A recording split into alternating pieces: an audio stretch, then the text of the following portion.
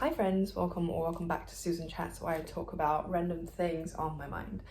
Today is another episode of Practice My British Accent with me, and today's material is extremely fitting for this theme because this is an English lit classics, The Picture of Dorian Gray by Oscar Wilde. There is this paragraph in the book that I would like to address, I would like to bring to your attention, because I personally really liked it, but it is quite a controversial thing to say that I like. It's actually quite long, so I will be reading it out loud as a practice, and we will talk about it once I finished. I'm going to get into character and read it. I am Lord Henry. I'm trying to convince Dorian Gray to live his life to the fullest. Let's go.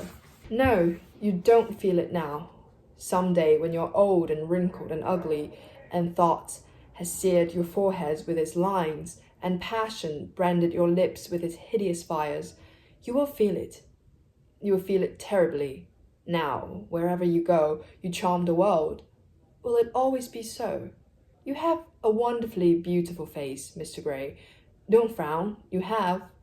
And beauty is a form of genius, is higher indeed than genius, as it needs no explanation.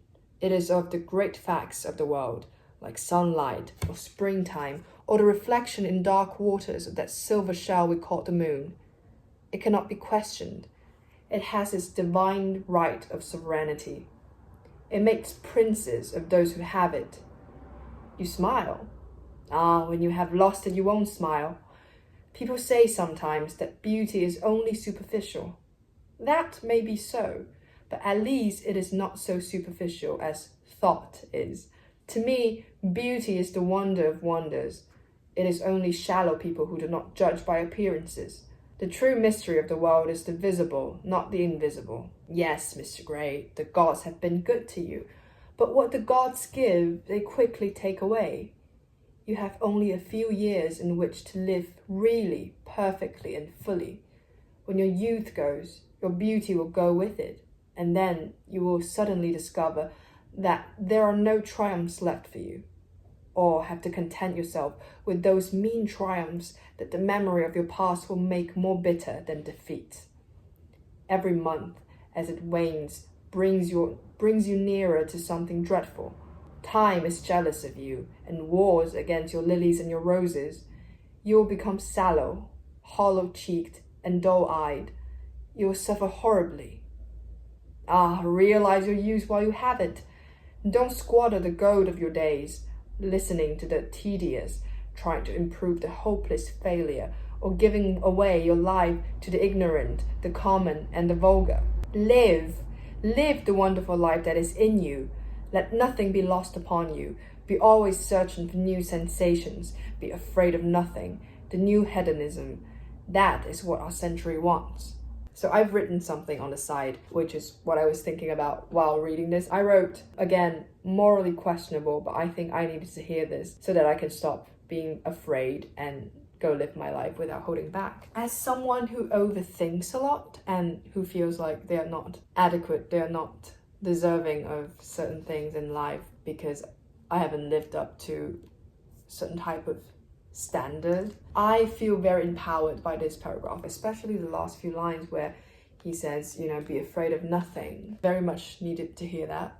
But also, on the other hand, I am aware that what Lord Henry said lacks integrity, because he was basically saying, oh, you can, chase new sensations, explore new feelings, and don't really worry about the consequences and the implications of your actions because your youth is fleeting.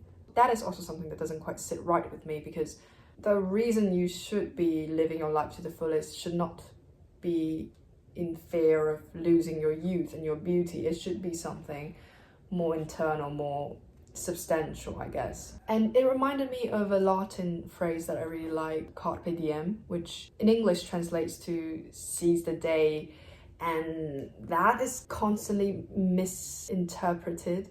In Italian, according to the Italian encyclopedia, it explains this word as saper godere dei beni che la vita ci offre giorno per giorno, which literally means know how to enjoy the goods that life offers you every day, day by day.